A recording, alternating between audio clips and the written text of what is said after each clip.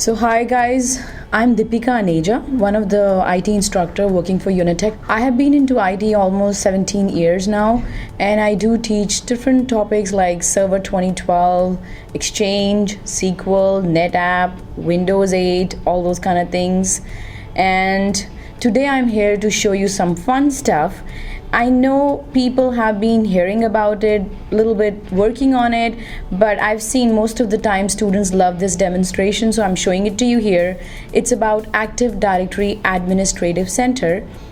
Now, if you were in Windows 2000 or Windows 2003 and you were asked to work on Active Directory, the first tool which comes in your mind is Active Directory Users in Computers. We still have it right now, but with 2008 R2, we got a new fantastic tool called Active Directory Administrative Center, which made working on lots of things easy. It has a lot of fun stuff in it. That's what I'm going to demo to you. The main three things which I'm right now giving you a demo on is the new recycle bin, the new password setting container, which is oftenly called fine-grained password policies, and the fun stuff, which is you can actually see all the PowerShell commandlets. It maintains a history and you can view that and then copy the code, use it for your scripting, all that. So hope you're ready. Let's get going and let's see here. So here we go. I'm already working on a VM here. It's a domain controller, and let's get going. Let's enter into the world of Administrative Center. So going in there, and here we go. So if you were to create a user, you could still, let's go full screen to make things easy. Now guys, if you wanted to create a user, I know you can use Active Directory Users and Computers, but let me show you something here. You could use this tool as well to create users, computers, and here we go. Have a look. The interface is very different, but the nice thing which I like here is that you can do everything in one place. So you're not doing next kind of thing, and it's all like, in front of you, whether you want to add him to a particular group, what type of password settings you want, what type of organization details you want to put in. So it's just another way to feed in data. So now you have a choice, another choice that you could use this to create accounts. That's something which you've been doing, but let me show you again something that how if I go in here and I actually create a user. Let's make a user called test.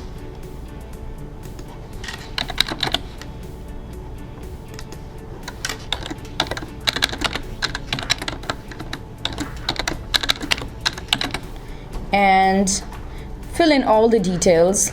I'm just going to hit OK. After I create this, look at the fun stuff. If I click PowerShell history, it shows me what I just did. Watch. If I go up, it says, oh, these are the things you did. You created a new user, and see, this would have been the PowerShell commandlet. So new AD user display, I set up the password, enable the account, all that stuff. So isn't it nice that you can copy it and you can play around with these? This is the fun thing. It's called Windows PowerShell History. Now this is something new in Server 2012. It was not there in 2008 R2. It's a new thing in 2012. So you can actually record this, and it's also a good learning tool. Okay. Now this is one thing which I wanted to show you.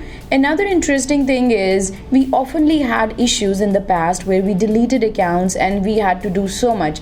Take care that did we backed up our Active Directory, and if we did, we had to take a restore, and there were issues with whether to go authoritative restore, non-authoritative restore. So just to get a single user back, we had to do a lot of work. Watch, we have now a thing called recycle bin. It's been there, but it's made very easy. If I open my Administrative Center, on the extreme right hand side, we have an option to enable it. So it would be always good to keep it enabled. That's what I'm doing. Be careful, once you enable it, it will remain enabled. You cannot disable it. Okay. It says refresh your Active Directory Administrative Center, and the refresh button is right here. Now, let's do something where we need to use recycle bin. So where would be like something like deleting some account. Let's go to one of the OUs, let's say IT OU, and I see a user April. Let's go ahead and delete it. Oops. Is there a way? Let's get it back. Is there a way we can get it back? Have a look. You can now go to the domain and you see something new called deleted objects. This is there because we turned on recycle bin. Okay, and here is the user. Wonderful. Right click, restore to the original place, or restore to an alternate place if you wanted to. If I go restore, it understands where it came from. And if I go back to my ITOU, here is the magic. See how easy it is to restore objects now with the new recycle bin, which has been made way more easier to set up. Hope you liked it. Now, one more thing, let's talk about password policies. In the historic times, we have been telling you that password settings is something which you should always do it at the domain level. We still kind of recommend that because it's easy for you to manage, but is there a way that within a single domain I can give a different password policy to a different user or a group? Yes, you have an answer here now that you can create a special password setting object. It's like a container, or you can specify, unique password settings for a particular user or a group. Remember, you can only do this for a user or a group, not for OUs. So here is the thing, let's go ahead and see that too. Now, for creating a custom password setting for a user or a group, you still come to Active Directory Administrative Center and see the fun stuff. We go to domain, and then within the domain we go to a container called system, and there we have an option called password settings container. Bring it on here. It's just going to take some time.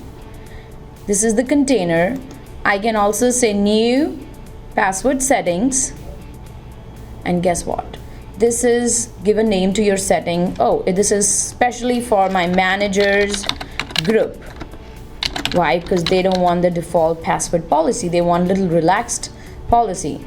And then you always give a precedence level, because if there were multiple policies which match you, you only get one. Then see, it's the same settings: minimum length, maximum age, lockout. You can configure all your custom settings here, and finally go down and say that it applies to add and pick up the user. Let's say you want to give it to April. So you find out April and give it to her, or you can apply it to a group. Please remember, you can only apply it to a user or a group. And if it was an OU and you really want to put it on an OU, what you do is you create a shadow group, which is more or less like a terminology.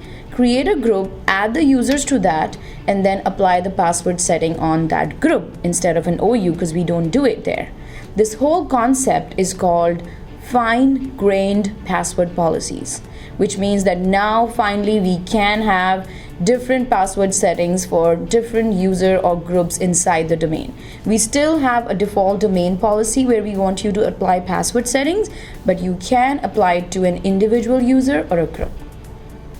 Here we go, and this is our password settings. So, and again, whatever we are doing in Administrative Center, it is translating that to commandlets, and we can keep pushing history and keep watching what would have been the command to do the same. So enjoy this. Hopefully you enjoyed it, and try it out and have some more fun. It will make your life easy in some situations where you've been struggling to do these things, struggling to see what would have been the command to do a particular task. Okay guys, hope you enjoyed it. Wait for more videos. We'll keep giving you more interesting stuff like this. Thank you.